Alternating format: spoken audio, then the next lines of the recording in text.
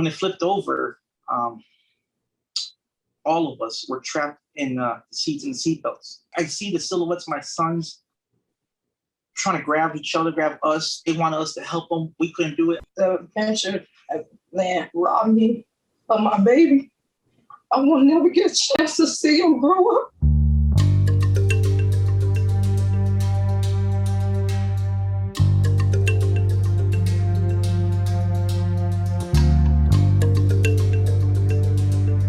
We've got a total of 3 patients, actually 2 CPR in progress right now.